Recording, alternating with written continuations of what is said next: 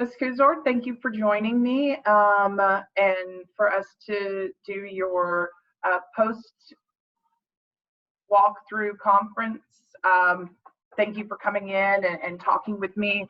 I really want us to be able to talk and kind of get more information about the walkthrough that I had and kind of get your look on what's going on in your classes. So I'd like to start off just with, how do you think your year is going, how your classes are going? So go ahead.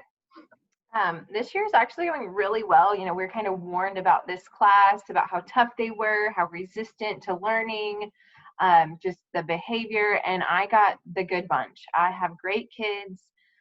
They all seem to like each other. They get along. They seem to like me, or they'll work for me. I haven't had any behavior issues. Just a really good group of kids. Some of them are talkative, but they're interacting with me, so I think it's great. So I definitely got a good bunch of kids. Awesome. Now, before I get into what I saw and what I through my walkthrough, I kind of want to know what you thought. How did you think the lesson went while I was in your class?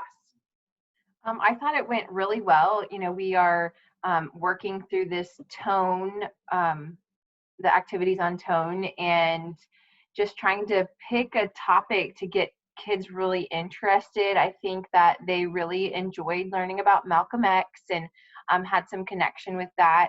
So I thought it went really well. Definitely, there were some kids that weren't interested, but 90% of the kids really did want to learn more about Malcolm X. Awesome.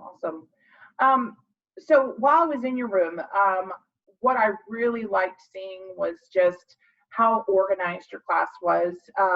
How, when people hear relaxed, I think they think it's a negative tone, but I really liked how your class's environment really was. The climate was so inviting. It enabled the kids to really feel welcomed. And that's, I really liked to see that. Even when you had a kid that was off task, it was very quick to get them back on. You just walked over there. I saw that you just, redirected by just a light touch, and this, the students really do respond very well to you. While I was in there, at what stage of this lesson were you? Where were you in the unit when I observed? So we had already taken a pre-test to determine kind of what level they were at and how much they understood tone. We had done the biography on Malcolm X to get to learn about the history about him. So we were in the more of the elaborate, maybe extension portion of the lesson. The pre-test showed that some kids really do understand tone. They understand how to determine the tone of writing, but other kids still struggled. So I wanted to make sure that I scaffolded for them, showed them what we were looking for, how to change the tone, and how that makes them feel, and then giving them that opportunity to work in groups so they could really see other people's opinion about, and maybe get some, learn from their peers that really understood it, to get that deeper understanding of what tone means in writing. Awesome.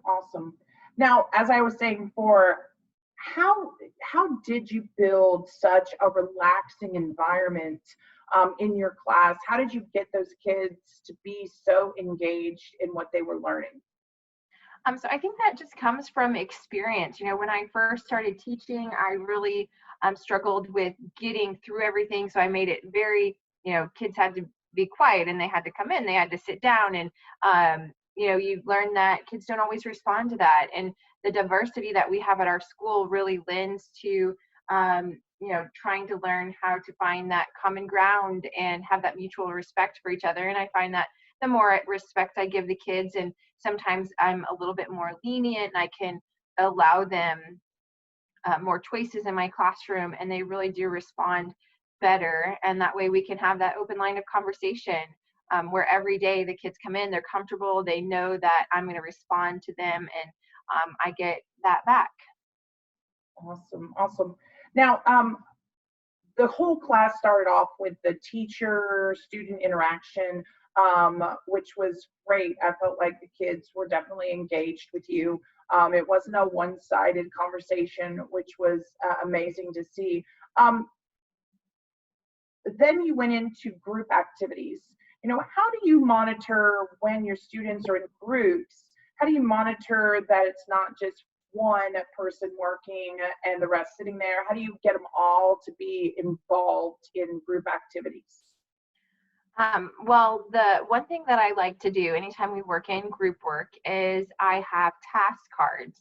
And there's usually 4 or 5 jobs that they have the opportunity to choose from. So one person is going to be the reader, one person is going to be the recorder, then we have a timekeeper, and usually have a presenter if we're going to be presenting to the class. So students in their head know that they have a job to do and they're going to be held to that job. I find that it keeps kids, it holds them accountable, and that way everybody, and they don't have to be the same job every time. You have the kids that love to read and the kids that do not like to read, so they can kind of choose what they want their job to be. But the whole time they're thinking, well, I have a job, I know that I'm going to be responsible for presenting, or I know I'm going to have to turn in what we discussed. So I think that keeps them on task. Everybody has that expectation, they know what to do, and they know that I'm going to hold them accountable, and their group members are going to hold them accountable. Awesome, awesome. Now, what I really, other things that I really enjoyed watching was how you, it wasn't just an understanding. They didn't just understand tone; they were actually able to apply it. They were analyzing those writings over Malcolm X, which was definitely related to real world situations, which I definitely think is so important to our kids. Now, how, when they're in their group work, how do you give them, I saw in the group work that you gave them choices on how to tackle the assignment. Do you find that this helps your kids getting through the assignment and getting it done? Absolutely. One of my goals this year was to really hone in on what motivates students to learn. So through the PD I've done and some research that we've done, finding out that, like, if you give them choice, if you put it in their hands, especially on topics that they are interested in, they're going to be a little bit more motivated. And so I'm hoping that giving them the choice, they usually have choices in every class. What part of the group do they want to be? How they want to tackle assignments? What assignments? We're really big into menus and things like that in our class. Giving them that choice really puts it in their hands, and they can decide, well, we want to separate and we all want to read, and then we'll come back together and then we'll go through line by line, or do they want to take it and each kid does a part, and so they're able to do that. Awesome. I saw that your students worked very well together. It made the lesson, they were so relaxed and so engaged, which was very nice to see. Do you find that relating material to the students real world helps them to stay engaged? Yes, absolutely. I mean, I could have picked any writing, any sort of historical writing, but I tried to find a topic that maybe they knew a little bit about. So they had a little bit of history, they could bring what they knew in, and that was interesting. And there are different points of view. So you can see tone, from a white man's view, or what kind of tone, from a black man's view, what kind of tone do they give, from, having that. And so they want to know, like, who wrote this? I want to know why do they have these feelings about this? And that's the whole idea with tone, is try to get, how is the writer feeling? How are they trying to portray this writing? I really liked how you incorporated history in your lesson. Like I said, I didn't know if I was in a history lesson or an English lesson. I felt like you That cross curriculum, which we really try to do here, is keep everything so they understand they're not just in English. They could use this when they go to history class, when they're reading, to really be able to see how the people that wrote it felt. So I think that is so important. Now, like I said, what I saw from the walkthrough, I just saw, again, the class was very engaged. Again, you have great techniques, great class management in how your kids were on task. Your class was very organized. I liked that that you did move from, an area where, hey, here we all are collaborating, to now they were going to do group work. I really liked to see that. Looking at your T-test goal, your personal one, yours is that you'll continue to work to improve the ability to implement differentiation instruction. How do you input that into your class? How do you know where your kids are in a lesson?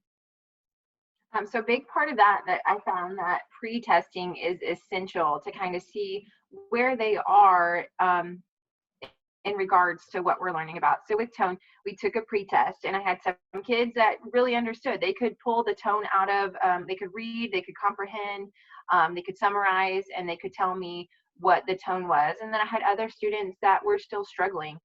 So in my groups, I actually grouped them to have some of my kids that are a little bit higher that understood tone and maybe even could help teach in the group, and then kids that maybe were a little bit lower, they were struggling learners, they still really don't understand, they struggle with reading comprehension, to have them in cooperative groups to make sure that, if you are teaching, you are also learning. So having the kids, that knew what tone was and were able to teach it, they could help out. And so seeing that and just allowing them to be in groups where they have the ability to, to differentiate. And the differentiation within the readings, like we had 5 different readings, and some of the readings were more advanced and some of them were a little bit more simple. So I could see, I could help get the kids that were already high a little bit higher, and then the ones that were struggling, just trying to get them to understand what tone was. Awesome. Now, one of the other things about your T-test is that you want enhanced individual motivation for learning so that they may achieve academic success. How do you engage your students? Let's say they're not fulfilling what you want. How do you redirect students? So really with the motivation, I found if I can find topics they're interested in, that really helps. And anytime we're doing a lesson where they're going to have to be in a group and be self-directed or working independently, I always try to give them on the board exactly what I need them to do. So they're not constantly having to ask me. And I find that if they know what they have to do, then they can look at the list and say, okay, I know what I'm going to do next. And I find motivation in that, and just really finding topics that they're interested in. Like I have, the world to look at. I'm able to pull from history. I can pull from anything to really find topics that the kids are interested in that helps motivate them to learn. Now, one thing that I did see in your class that I would say that we might want to work on would be to incorporate the whole class in that class discussion. And one of the ways that worked for me when I was a teacher is definitely class placement, where you are, the teacher placement. So you were, you moved a lot in the front, which engaged those students in the front. But those students that were in the back, especially where I was seated, they were engaged, but they weren't as engaged as the ones in the front, So a suggestion from my point would definitely be to move around the class. Get yourself in that power zone in the middle of the class so that you were equally distanced from all students, to really get the full gamut, I guess, of all of their learning. Um, so now, how are you going to assess them once you're done with this lesson? Okay, so once they're finished with this, I'm going to kind of determine if they got it. So they will have to present and turn in the different tones of the different articles. And once I've established that, yeah, they're starting to really understand this, we can move forward with an assessment that would look like it would have a multiple choice portion where they'd have to read and pick from that. And then it would have a writing portion as well, where I would challenge them to take a writing and change the tone, determine what the tone is, and then actually create and change the tone to make it a different feel of the passage. Okay, okay. Um, so did you do any PD this year that helped you with these, picking these, like, picking these articles, like, did you do any PD that helped you for this year? Absolutely. I actually, this summer I did my GT training, and that shed a light on, getting those kids that already understand topics to get them to that next level to really start analyzing and, going up into that higher Bloom's taxonomy instead of just saying, okay, this is what I have to know. Like, how are they going to take it up a notch to really be able to give me that higher order thinking? So that really helped a lot. Okay, good, good. Now, is there anything that you think that could help you, for instance, more PD? What would you like to see that would benefit you as a teacher in your class? One thing, our population is very diverse, and there's a big push for this conscious education. I think that that is a big opportunity to make sure that all students are having that kind of even the playing field. So no matter, what race or socioeconomic background they come from, like teaching teachers to make sure that they are giving every single student in their classroom the same opportunities, even though they might not come from the same backgrounds. I think that that we could definitely do more of that type of PD. Okay.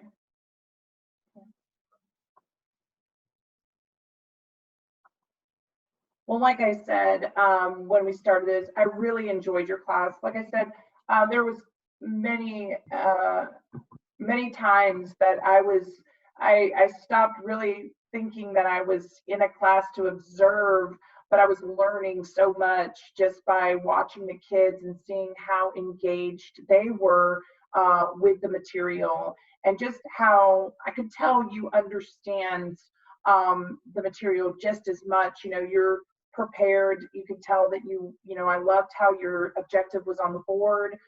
It really solidified for the students what they were going to learn today, or that day that I watched, and it gave them, I guess, the knowledge that what they were expected. Your kids definitely know that when they walk into your class that it's business, but it's very casual business, and I like that. I really liked the relationships that you build with our students, and it's not just at the level of I'm here to teach English, but I'm here to really, I guess, enhance their knowledge on multiple levels. Is there anything that you would like to add that to our conversation? No, not that I can think of. Okay. Like I said, I have great students. I really did. They all have great personalities. I'm very fortunate this year. Awesome. Well, again, I thank you for your time. Thank you that for coming in, and like I said, I'm really just I want the relationship between principal and teacher to be as flowing as it is in your class. I want us to really work together, because that's what I'm here for, is to really be that instructional leader for you guys and to help you guys out in anything that you need, and not just the discipline, but the knowledge. And if there's anything I can ever do to help you or help your students, please don't hesitate to ask. You know, my door is always open, and I just want you guys to know that I'm here for you guys and what you do for our kids. So I thank you for your allowing me to come in and being so open. So I appreciate it. Thank you.